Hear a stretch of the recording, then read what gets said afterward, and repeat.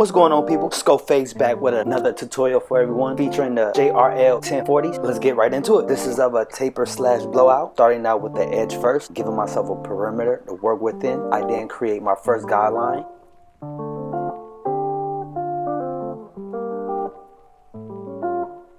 Using the JRL 1040s all the way open to a half, I create my second guideline, giving myself a half of inch to work with.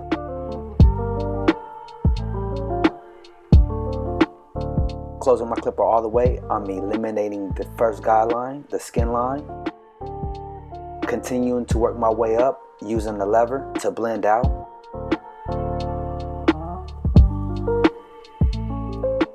Now fully open, I continue to blend.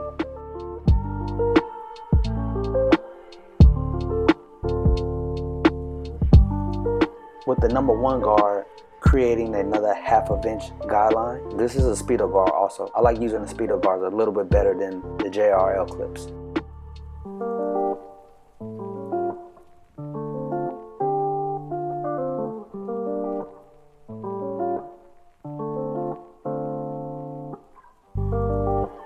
Fully extend my clipper.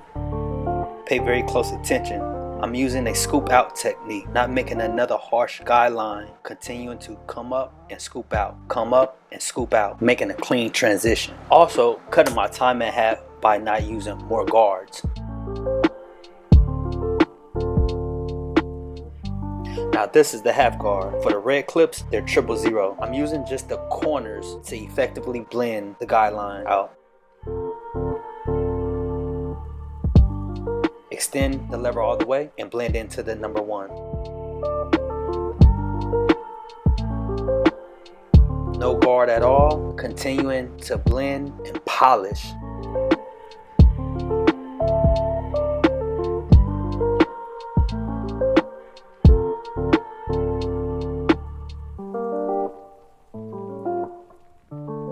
This is a JRL 0 clip.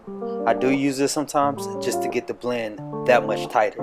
It's a little bit lower than a speedo guard in my opinion. Now picking up the JRL 1000s with the fade blade, I'm now transitioning into the rest of the hair, giving it shape. Now picking up my Sharpie trimmers, I continue to define the edge up.